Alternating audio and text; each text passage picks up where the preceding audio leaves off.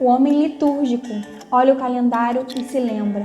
O mesmo Deus que enviou Moisés e libertou o povo da escravidão do Egito é o Deus que envia o seu Filho, Jesus Cristo, para livrar os seus da escuridão da longa noite. Este é um trecho do prefácio da música Êxodo do Projeto Sola e ela tem tudo a ver com a aula que daremos hoje. Eu sou a professora Josi e este é o episódio 7 da nossa História da Redenção. Você gosta de filmes e séries? Quando você vê um filme assim sensacional, arrebatador, que te deixa super emocionado e você vê no final do filme que aquela história realmente aconteceu, você não fica refletindo, pensando como isso pode ter acontecido ou fica entusiasmado a respeito daquilo? Bem, agora eu quero te fazer uma pergunta. Como você aborda a narrativa bíblica? Quando você estuda a Bíblia, você lê como sendo um livro que narra os fatos mais relevantes da história da humanidade? Ou você lê como um livro qualquer, como uma coleção de histórias legais, histórias religiosas, que a gente ouve e aprende algumas lições e nada mais? Certamente a sua resposta dirá se você tem estudado o texto bíblico de modo apropriado ou não. Então você precisa estudar a sua Bíblia, realmente crendo nos relatos históricos que ela nos conta e buscando saber qual a relação daquilo com a nossa própria vida hoje. Faça isso sob a orientação do próprio Deus, em oração. Busque a orientação do Espírito Santo para que você consiga entender a palavra de Deus. E, claro, praticá-la, o que é o mais importante. Bem, nós chegamos à nossa 7ª aula na História da Redenção. A proposta do novo currículo para os adolescentes é proporcionar a visão correta a respeito de Deus e do ser humano. Assim, nós entenderemos o propósito para o qual nós existimos e enxergaremos a vida e todas as suas facetas através destas lentes. Seremos capazes de responder às perguntas de onde viemos, para onde vamos, como viveremos. Neste passeio, nós iremos de Gênesis a Apocalipse. Vamos fazer uma breve recapitulação de tudo que nós já estudamos até aqui? Vamos lá! Episódio 1. Na primeira aula, nós vimos que Deus, o Criador, trouxe à existência todas as coisas. Vimos a interessante forma literária de como esse evento foi narrado. No primeiro, segundo e terceiro dias, Deus cria o habitat. No terceiro, quarto e quinto dias, Deus cria os habitantes para cada um daqueles habitats. O quarto dia é o habitante do primeiro dia, o quinto dia é o habitante do segundo dia e o sexto dia é o habitante do terceiro dia. E no 7º dia, Deus descansou. O Deus Criador avaliou a sua criação como algo bom. Quando ele fez os seres humanos, ele viu que era muito bom. De repente, nós vemos um contraste na narrativa. Depois que Deus criou o homem, antes de criar a mulher, Deus avaliou que não era bom que o homem estivesse só. Este é um ponto muito importante. Adiante, Deus cria a família. Sim, homem e mulher. A primeira família que existiu. Ela foi criada pelo próprio Deus. E Deus viu que isso era muito bom. Seguindo a narrativa, então, nós observamos que os únicos seres criados, à imagem e semelhança do próprio Deus, se rebela contra o Criador. Deus havia dado para o homem a responsabilidade de dominar a criação, de administrar toda a criação de Deus. E também disse que ele deveria se multiplicar. Como o pastor Davi Merck costuma dizer, Deus criou os seres humanos para espelhar e espalhar a sua glória. Mas Deus também disse que dentre todos os frutos do jardim, um não deveria ser comido. Adão e Eva, porém, se rebelam contra o Criador e comem do fruto proibido. Assim, uma verdadeira catástrofe aconteceu no mundo criado por Deus. O pecado deturpou completamente a boa criação de Deus. Não podemos deixar de observar que quando Deus castigou a serpente, ali ele já havia prometido o seu Messias Redentor. Muitos são os críticos da historicidade de Adão e Eva. Você já ouviu falar, ou então já leu, a expressão o mito de Adão e Eva? Muitos são os argumentos em prol da historicidade de Adão e Eva. E aqui na descrição eu vou deixar um link de um artigo que fala a respeito desse assunto. Mas dentre esses argumentos eu quero falar apenas um. Você crê em Jesus e crê que ele fala a verdade? Bem, se a sua resposta é sim, você também precisa crer na historicidade de Adão e Eva, porque Jesus cita os primeiros seres humanos. Você vai encontrar isso em Mateus 19, de 4 a 6 e Marcos 10, de 6 a 9. Episódio 2. Vimos então os efeitos do pecado na humanidade. Ela se corrompeu completamente em maldade, em violência, em rebelião, em idolatria, em incredulidade, e Deus, sendo completamente santo e justo, não pode ser conivente com o pecado. A Bíblia diz que Deus resolve destruir a humanidade que havia criado por causa de tanto pecado, por causa de tanta impiedade e rebelião. Mas Noé achou graça aos olhos de Deus, porque ele era um homem justo e bom no meio daquela geração corrupta. Deus então mandou um dilúvio para destruir toda a terra, mas, através de uma arca, salvou Noé, sua família e os animais. Hebreus 11:7 diz: Pela fé, Noé, quando avisado a respeito de coisas que ainda não se viam, movido por santo temor, construiu uma arca para salvar sua família. Por meio da fé, ele condenou o mundo e tornou-se herdeiro da justiça, que é segundo a fé. Episódio 3. Anos se passaram e Deus então escolhe Abraão para fazer com ele uma aliança. E através da descendência de Abraão, todas as famílias da terra seriam abençoadas. Abraão creu em Deus a ponto de largar as suas terras, sair do meio dos seus parentes e ir rumo a uma terra que ele desconhecia, porque Deus havia mandado. E Abraão então creu e obedeceu a Deus. Episódio 4. Nesta aula a gente viu um grande drama, porque Deus pede o filho de Abraão, filho de sua velhice, porque Sara era estéril, e Deus havia operado um milagre de dar Isaac para esse casal, mas Deus pede esse filho em sacrifício. Uma baita prova para este homem de fé. Mas quando Abraão está prestes a entregar o seu próprio filho, Deus providencia o cordeiro, e já apontando para a obra de Cristo Jesus, o Cordeiro de Deus que tira o pecado do mundo. Galera, a Bíblia, escrita por várias pessoas diferentes, por um período de tempo muito extenso, ela é completamente coesa. A Bíblia, quando é devidamente interpretada, ela é um verdadeiro milagre. Como tudo se encaixa, como Deus conduziu a história para que a sua revelação perfeita chegasse até nós. Isso é maravilhoso. Entendem por que é tão importante a forma como nós abordamos o texto bíblico? A palavra de Deus é viva. Episódio 5. Temos então a história de Jacó, filho de Isaac. Ele era neto de Abraão e tinha uma fama de enganador. Lembra da história?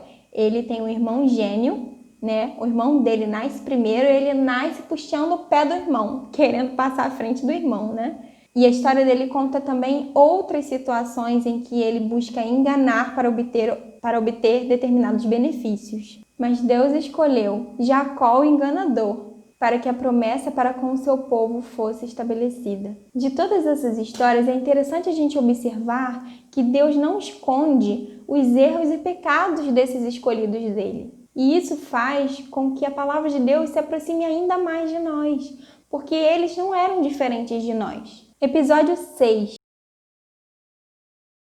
Chegamos então à história de José, filho de Jacó, um dos 12 filhos de Jacó. Seus irmãos tinham muito ciúme dele, porque, de certa forma, ele era tido como o filho predileto de Jacó. Além disso, ele tinha determinados sonhos, onde ele se apresentava como superior aos seus irmãos, e isso deixava-os muito enraivecidos, a ponto de terem vendido seu irmão José como escravo ao Egito. Bem, aqui a nossa história vai mudar completamente de cenário. Pensa em Abraão saindo de sua terra, confiando na promessa de Deus, confiando na palavra de Deus, obediente, e ele sai peregrinando pela terra, rumo à terra que Deus havia prometido. E aí nasce Isaac, nasce Jacó, nasce José, e então José é vendido como escravo ao Egito. Então a gente precisa agora refrescar a nossa imaginação e começar a pensar no Egito antigo.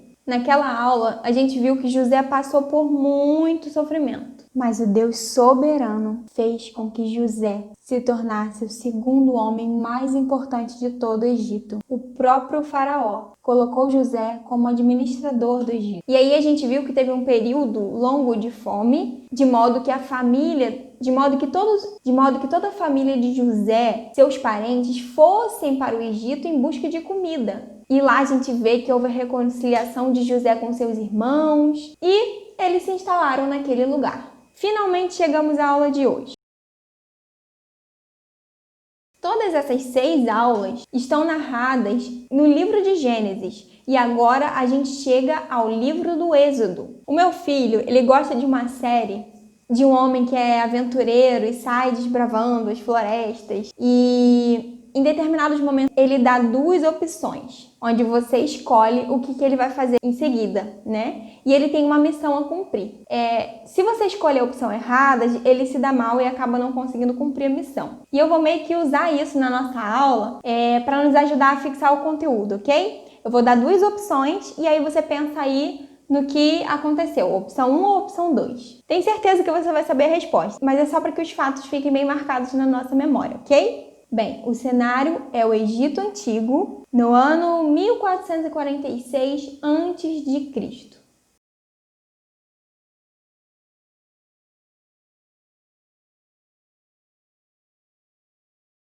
Quero dar uma dica. Eu vou deixar aqui na descrição um link para a exposição que está tendo no Centro Cultural Banco do Brasil sobre o Egito Antigo. Vale muito a pena você conferir. Ela é interativa em 360 graus. Você vai conseguindo ver o que está exposto, como se você estivesse lá no museu, né? Nesse período de isolamento é um lazer bem legal. Visitar um museu na sua própria casa. Então, lá você vai ver vários artefatos, vai ver cronologia, vai ver objetos, sarcófagos, histórias e é muito interessante, né? Eu quero aproveitar e alertá-los para uma questão importante. Tenham muito cuidado com artigos de algumas revistas pseudocientíficas que parecem que o maior compromisso é atacar a fé cristã, mesmo que seus argumentos sejam baseados em hipóteses. Nós cristãos não tememos a ciência. Pelo contrário, toda a verdade vem de Deus. Não há nada que esteja oculto a Deus. Ele sabe tudo. Deus, em seu mandamento para que o ser humano administrasse a terra, ele quer que nós desenvolvamos o conhecimento. O problema são os pressupostos. Certamente, Deus quer que vocês sejam os melhores profissionais que vocês puderem ser em todas as áreas do conhecimento humano. Mas Deus quer que vocês o temam, que não partam nunca do pressuposto de que ele não existe, mas que sejam honestos, dedicados e tementes. Lembram de Provérbios que diz que o temor do Senhor é o princípio da sabedoria? Bem, vamos voltar para a nossa lição. Mais de 300 anos se passaram desde que a família de José, toda a família, o pai de José, seus irmãos, suas mulheres, seus filhos, seus parentes, vieram para o Egito para fugir da fome. Êxodo 1, de 6 a 10 diz assim: Ora, morreram José, todos os seus irmãos e toda aquela geração. Os israelitas, porém, eram férteis, proliferaram, tornaram-se numerosos e fortaleceram-se muito, tanto que encheram o país. Então, subiu ao trono do Egito um novo rei, que nada sabia sobre José. Disse ele ao seu povo: Vejam, o povo israelita é agora numeroso e mais forte que nós. Temos que agir com astúcia, para que não se tornem ainda mais numerosos e, no caso de guerra, aliem-se aos nossos inimigos, lutem contra nós e fujam do país. Bem, Faraó estava intimidado com a quantidade de pessoas do povo hebreu. Para ele, aquela força numérica era uma ameaça política ao seu governo no Egito. Sobre essa grande fertilidade, sobre essa multiplicação do povo hebreu, a gente consegue lembrar do mandamento que Deus havia dado lá no Éden, de que Adão e Eva deveriam se multiplicar. E aqui a gente vê Deus os abençoando neste sentido. Faraó era um rei perverso. Ele passou a oprimir brutalmente o povo com trabalhos forçados e tarefas pesadas. Mas o interessante é que quanto mais eles eram oprimidos, mais eles eram férteis, mais eles cresciam e se espalhavam. Foi então que a decisão diabólica de Faraó veio à tona. Determinou que as parteiras dos hebreus matassem os filhos, os meninos, quando eles nascessem, mas deixassem viver as meninas. Bem, agora a gente vai lá naquela nossa interação. Opção 1. As parteiras obedeceram Faraó, mataram os meninos nascidos. Opção 2. As parteiras temeram a Deus e não obedeceram a ordem do rei do Egito. O que vocês acham?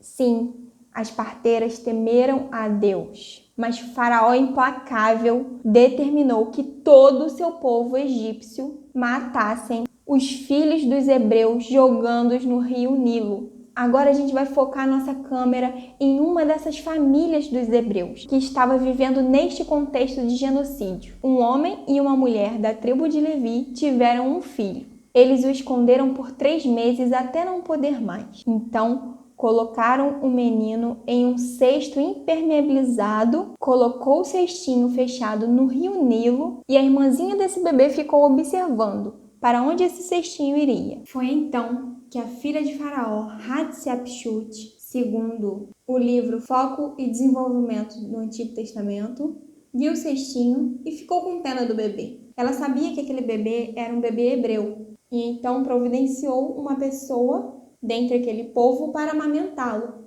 inclusive pagando pelo serviço. E quem que vocês acham que amamentou o bebê? Sim, a própria mãe. Quando o bebê desmamou, a filha de Faraó o adotou e deu-lhe o nome de Moisés, porque das águas foi tirado.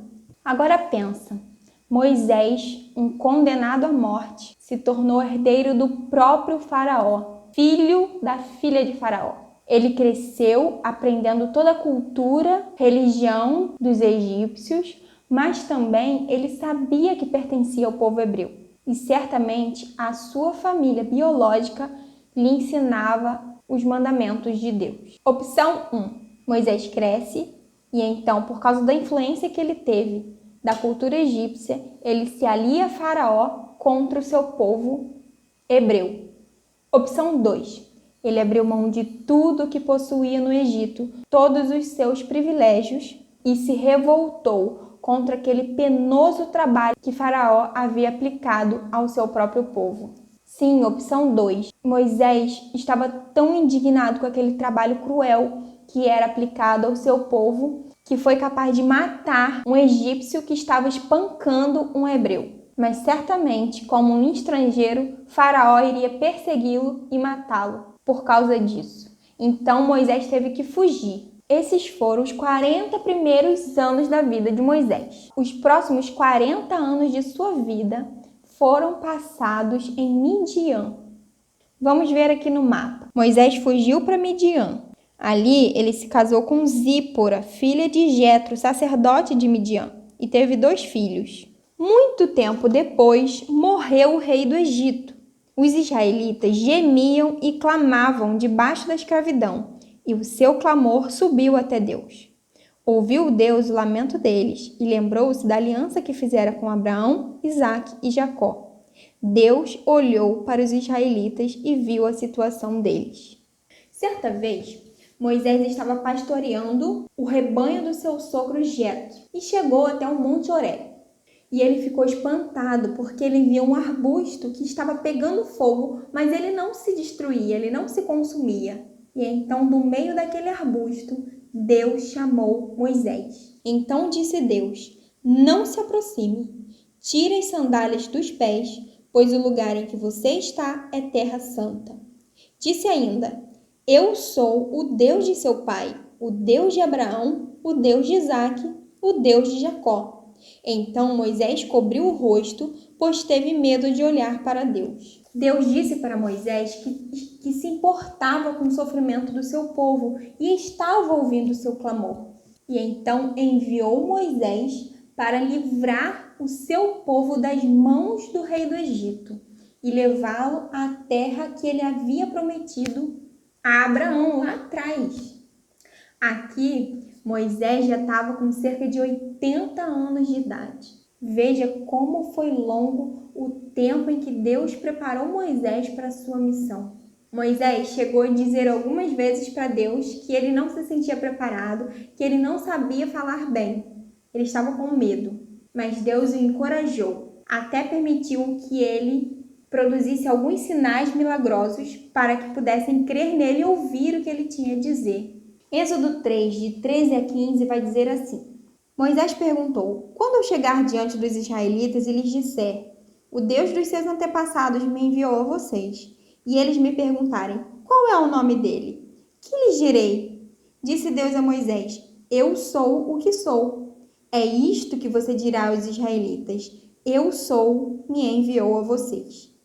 Disse também Deus a Moisés: Diga aos israelitas: O Senhor, o Deus dos seus antepassados, o Deus de Abraão, o Deus de Isaque, o Deus de Jacó, enviou-me a vocês.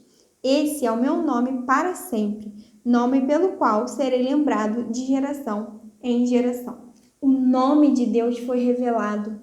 Eu estou aproveitando que essa aula é online para colocar aqui alguns materiais complementares para depois que a aula terminar, para que vocês possam aprender mais. Eu vou deixar um link de uma animação que fala a respeito do nome de Deus, desse nome que ele se apresenta. Moisés pergunta o que ele iria dizer para o seu povo caso eles perguntassem o nome daquele que havia enviado ele. E então Deus primeiro fala: Eu sou o que sou. Primeiro ele fala: Eu sou o que sou. E depois ele se apresenta: Diga, o Senhor, o Deus dos seus antepassados, Deus de Abraão, Deus de Isaque, Deus de Jacó, enviou-me a vocês. Quando ele fala o Senhor, e você pode reparar aí na sua Bíblia que este Senhor está com todas as letras maiúsculas, ali no texto hebraico original está o nome de Deus. E este nome é um tetragrama composto por 4 consoantes: Y,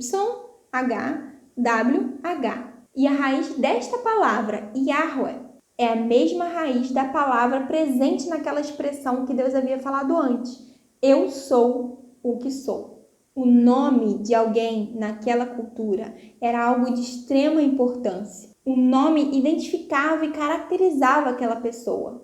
Não é igual a hoje que a gente escolhe o nome porque a gente acha a pronúncia interessante, ou a gente conheceu um amigo ou alguém que para nós foi muito importante, a gente coloca aquele nome na pessoa. Não, era meio que uma identidade. E aqui, neste episódio, Deus estava revelando o seu nome, quem ele era. Yahweh, o eu sou, é a totalidade da realidade. Não existe realidade fora de Deus. Viver alheio a Deus é viver uma vida de pura ilusão. Deus não pode ser contido. Deus, ele é autoexistente, ele é eterno. Tudo que não é Deus é completamente dependente dele. Deus é o eu sou. Ele é o padrão absoluto da verdade, da bondade, da beleza. Como diz o pastor John Piper, Deus é o ser mais importante de todo o universo. E agora falando mais um pouquinho sobre o tetragrama. Este nome era tão sagrado para os hebreus que eles, quando liam na Bíblia esta palavra, eles não a pronunciavam. Toda vez que eles liam o nome de Deus, aquilo era tão sagrado para eles que eles falavam Senhor. Como eles não pronunciavam o nome de Deus, com o tempo a pronúncia se perdeu. Hoje nós não sabemos exatamente como que se realmente pronuncia esse tetragrama. Posteriormente, os maçoretas utilizaram as vogais da palavra Adonai na palavra que se referia ao nome de Deus, para que eles pronunciassem. Então, toda vez que você ler na Bíblia, no Velho Testamento, a palavra Senhor, com caixa alta, todas as letras maiúsculas, ali é o nome de Deus no original. Aqui eu cheguei a marcar todas as vezes que ela aparece. E são muitas ocasiões em que ela aparece. Tá vendo? Todas essas marcações aqui é quando é o nome de Deus, Yahweh, que está sendo colocado no texto. Não deixem de ver o videozinho que fala a respeito do nome de Deus e também o texto que eles escrevem a respeito deste vídeo. Por causa daquele medo que Moisés estava de falar, de não saber falar direito, Deus permitiu que Arão, seu irmão, fosse o porta-voz de Moisés. Então Deus os enviou juntamente ao faraó. Ora, o Senhor tinha dito a Moisés, em Midian: volte ao Egito, pois já morreram todos os que procuravam matá-lo. Então Moisés levou sua mulher e seus filhos montados num jumento e partiu de volta ao Egito. Levava na mão a vara de Deus. Depois disso, Moisés e Arão foram falar com Faraó e disseram: assim diz o Senhor, o Deus de Israel: deixe o meu povo ir para celebrar-me uma festa no deserto. O Faraó respondeu: quem é o Senhor para que eu lhe obedeça e deixe Israel sair? Não conheço o Senhor e não deixarei Israel sair. Opção 1. Deus enviou pragas ao Egito para libertar seu povo das mãos de Faraó. Opção 2. Moisés e Arão pedem ao Faraó para libertar o povo de Deus e ele liberta gentilmente. O que vocês acham? Opção 1 dessa vez, né? Lembrando que este Faraó não foi o mesmo Faraó da ocasião em que Moisés fugiu do Egito. Aquele havia morrido. Este aqui, segundo o livro Foco e Desenvolvimento no Antigo Testamento, seria o Faraó Amenófis II. E agora, Moisés e Arão, suas famílias estavam no Egito, diante de Faraó, solicitando que ele libertasse o seu povo. Diante da negação de Faraó de deixar o seu povo adorar a Deus no deserto, Deus enviaria 10 pragas para a libertação do seu povo. As 10 pragas são a ação de Deus, justo e santo, contra um povo completamente impiedoso e idólatra. Deus estava agindo contra os falsos deuses, porque Deus não divide a sua glória com ninguém. Ele é o único e verdadeiro Deus. Sabe o que Deus estava fazendo quando ele enviou as 10 pragas ao Egito? Deus estava reivindicando ser o Deus dos deuses. Aqueles deuses do Egito eram falsos. E cada uma daquelas pragas diziam respeito a um Deus que era venerado naquela terra. Deus estava usando a própria impiedade, maldade e idolatria do povo egípcio para confrontá-lo, assim como libertar o seu povo das garras de Faraó. Vamos ver o que o livro Foco e Desenvolvimento no Antigo Testamento fala a respeito das 10 pragas.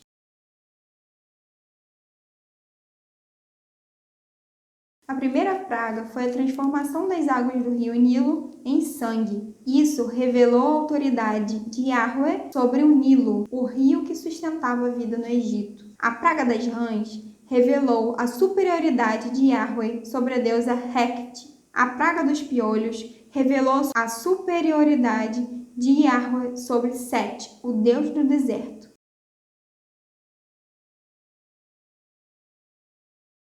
A praga das moscas revelou a superioridade de Yahweh sobre o deus Whiteshit. A praga da peste nos rebanhos egípcios demonstrou a superioridade de Yahweh sobre Apis, o deus touro, e Hathor, a deusa vaca. A praga das úlceras das pessoas e no gado demonstrou a superioridade de Yahweh sobre Isis, a deusa da cura, sobre Sekhmet, deusa dos remédios, e sobre Sunu, deus da peste. A praga da saraiva revelou a superioridade sobre Nut, deusa do céu, Osíris, deus das colheitas e da fertilidade, e Sete, deus das tempestades. A praga dos gafanhotos revelou a superioridade de Yahweh sobre Nut e Osíris. A praga das trevas revelou a superioridade de Yahweh sobre Ra e Horus, divindades do sol, e sobre Nut, deusa do céu. A anunciada praga da morte dos primogênitos revelaria a superioridade de Yahweh sobre Min, deus da reprodução, sobre Isis, a deusa da cura, e sobre o herdeiro de Faraó, considerado divino pelos egípcios, quebrando por fim a obstinada resistência do monarca quanto à libertação de Israel. Êxodo 9, versículos 15 e 16 diz assim: porque eu já poderia ter estendido a mão, ferindo você e o seu povo com uma praga que teria eliminado você da terra. Mas eu mantive em pé, exatamente com este propósito: mostrar-lhe o meu poder e fazer que o meu nome seja proclamado em toda a terra. Deus estava rebatendo Faraó na proporção de sua própria maldade. Deus é o único Deus verdadeiro, não há outro. Agora estamos diante da 10ª praga. Diante das 5 primeiras pragas, Faraó mostra-se obstinado e não permitia que o povo saísse. Nas outras 5 pragas, o próprio Deus endureceu o coração de Faraó. Estamos diante da 10ª praga. Deus havia pronunciado o que Israel deveria fazer naquela noite, naquela longa noite. Lembra da introdução dessa aula? Da música do Projeto Sola? Aquela noite seria o dia da libertação do povo de Deus, finalmente. O povo deveria imolar um cordeiro perfeito, assá-lo, comê-lo com ervas amargas e pão sem fermento. Nada deveria sobrar para o dia seguinte. Se sobrasse alguma coisa, aquilo devia ser destruído. Aquilo devia ser feito em cada casa. E o sangue do cordeiro deveria ser passado na viga da porta e nas laterais. Deus falou que em todas as casas que tivesse o sangue do cordeiro, o anjo da morte passaria por cima e ninguém seria afligido. Deus disse que o povo já devia estar preparado, com tudo pronto para partirem. Então, à meia-noite, o Senhor matou todos os primogênitos do Egito, desde o filho mais velho do faraó, herdeiro do trono, até o filho mais velho do prisioneiro que estava no calabouço, e também todas as primeiras crias do gado. No meio da noite, Faraó, todos os seus conselheiros e todos os egípcios se levantaram, e houve grande pranto no Egito, pois não havia casa em que não tivesse um morto. Imaginem essa situação. Foi necessário a morte para que aquele rei obstinado libertasse o povo de Deus. A Páscoa celebra a passagem por cima do anjo da morte sobre as casas que tinham o sangue do Cordeiro. A Páscoa hoje celebra Jesus Cristo. Ele é o Cordeiro de Deus que tira o pecado do mundo. Ele foi imolado como um cordeiro inocente para pagar o preço pelo meu e pelo seu pecado. O seu sangue nos purifica de todo pecado. O sacrifício de Jesus é suficiente. Não precisamos mais sacrificar animais, porque Jesus já veio. Ele é o Messias, o prometido de Deus, o nosso Redentor, que foi prometido para nos livrar do império das trevas, para nos livrar do pecado e da morte.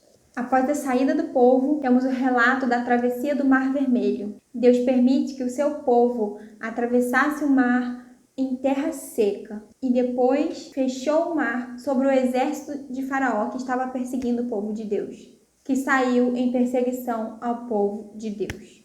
E ao atravessar o mar, Moisés entoou um cântico, reconhecendo e louvando o Deus Yahweh pelos seus feitos gloriosos. Deus, de fato, se torna rei para o seu povo. Quem entre os deuses é semelhante a ti, Senhor? Quem é semelhante a ti? Majestoso em santidade, terrível em feitos gloriosos, autor de maravilhas. O Senhor reinará eternamente. E é aqui que a música da introdução dessa aula, o Êxodo do Projeto Sola, faz sentido. O dia enfim chegou. O cordeiro foi cortado. Ele vem para nos visitar. Na porta o sangue está. No crepúsculo da tarde, ele vem para nos libertar. Todo escravo será livre, nenhum choro se ouvirá. Toda fome saciada, nossa voz ele ouviu. Não há Deus como nosso Deus, nossa força e canção. Grandes coisas ele fez. Seu reino é para sempre. E aí depois a música continua fazendo a relação disso com o Evangelho de Cristo Jesus. Vale a pena você colocar ela aí na sua playlist. Os últimos 40 anos da vida de Moisés, então, será da saída do Egito até a Terra Prometida.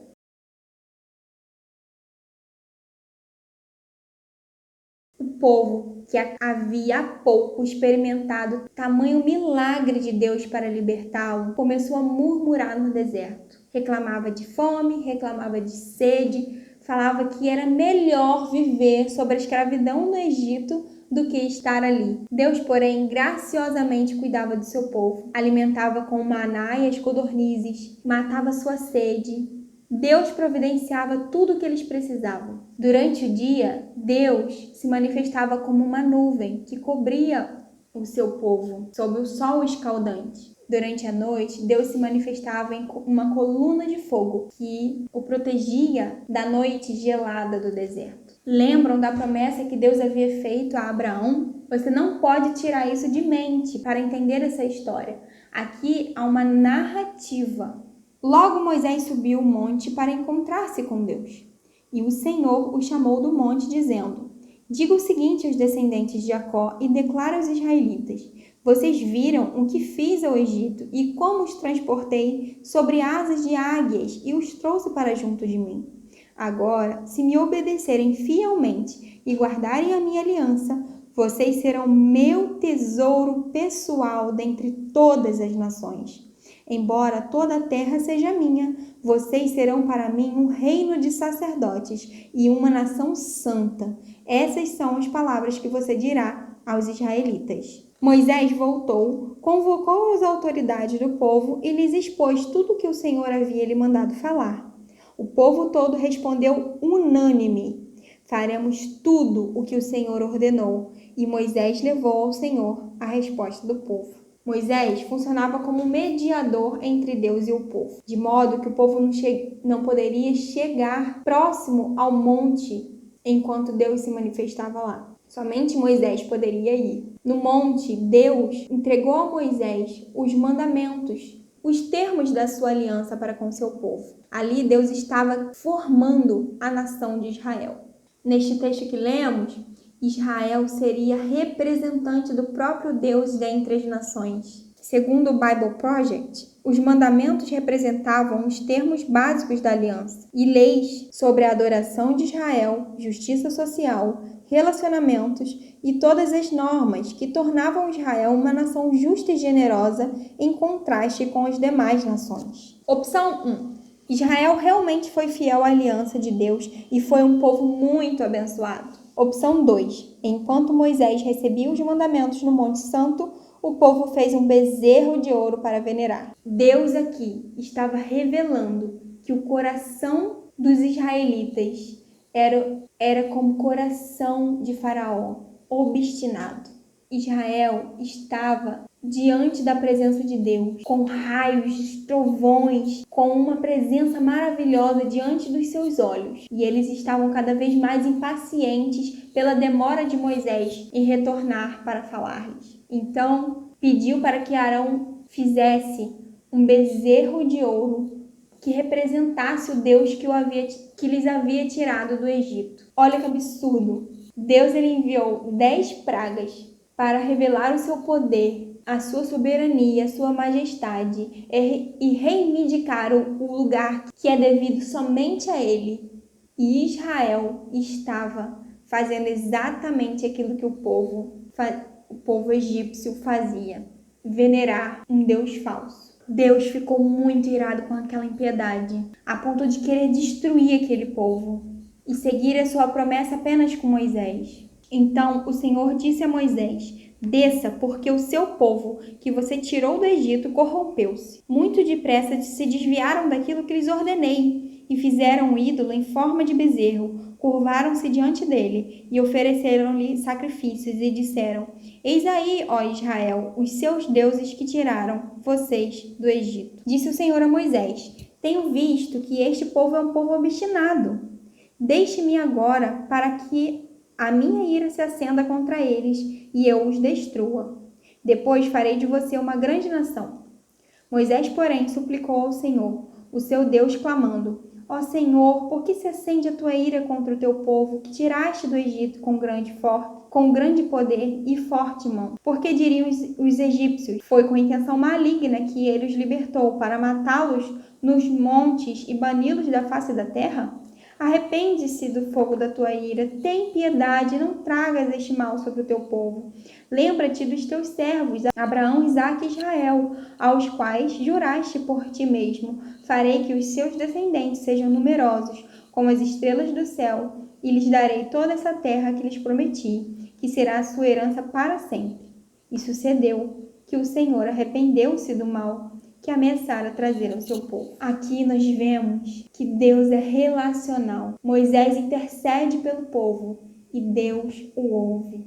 Adolescentes, Deus é um Deus completamente santo, completamente justo e separado do mal. Incredulidade é maldade, é rebelião, é pecado. João Calvino disse que o coração humano é uma fábrica de ídolos. Quantas e quantas vezes nós deixamos de confiar em Deus, passamos a colocar a nossa confiança, a nossa esperança, a nossa satisfação, o propósito da nossa existência em coisas, em pessoas e transformamos isso tudo em falsos deuses em nossos corações. Deus se ira completamente contra isso, de modo completamente santo, porque foi Ele que nos criou para a sua glória. E toda vez que fazemos isso, que a gente coloca a nossa família como nosso Deus, os nossos bens, o nosso diploma, os nossos sonhos, a nossa carreira, as nossas vontades. Quando a gente coloca tudo isso no lugar que é devido somente a Deus, Deus se ira contra isso.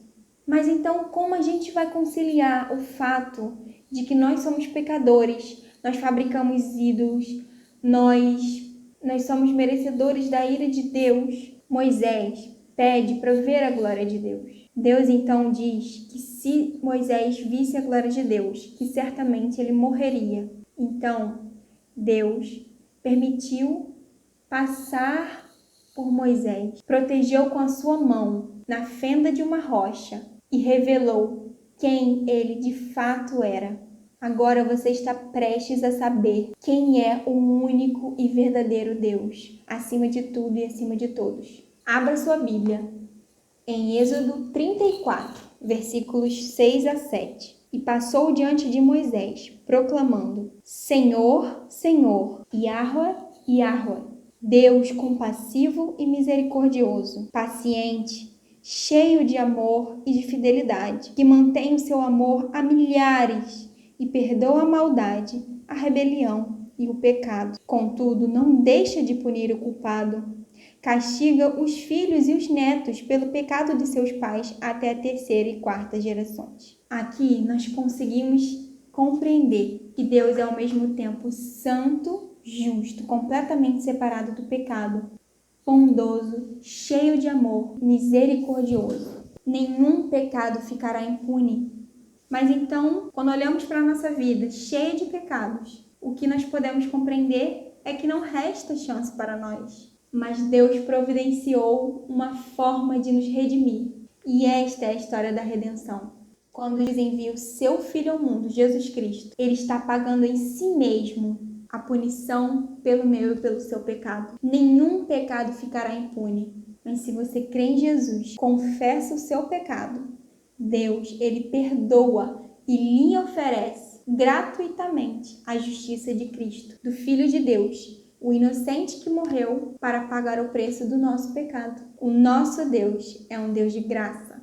Romanos 8,32 diz assim: Aquele que não poupou seu próprio Filho, mas o entregou por todos nós, como não nos dará juntamente com ele e de graça todas as coisas? Esse é o nosso Deus, o Deus de graça, o Deus que se importa conosco, que ouve o nosso clamor. Muitas pessoas dizem que creem em Deus, vão até a igreja, mas na verdade criaram um Deus falso para adorar. Um Deus que não pune o pecado, um Deus que não liga para o pecado, um Deus que realiza desejos carnais, um Deus como um gênio da lâmpada. Esse não é o verdadeiro Deus. O nosso pecado é grave. Nós só podemos obter o perdão pelo pecado se confiamos a nossa vida em Cristo Jesus, se o temos como Senhor e Salvador das nossas vidas, porque somente Cristo foi capaz de aplacar a ira do Deus Santo. A graça só é de graça para nós, mas custou tudo para o Filho de Deus. Portanto, você, adolescente, viva uma vida digna do Evangelho de Cristo Jesus. Não pense, não tem nada a ver, não tem problema essa conversa, não tem problema. Considere que o teu pecado, que o meu pecado é uma afronta contra o Deus que nos criou. E aqui nós finalizamos esta aula. Da mesma forma que Deus libertou Israel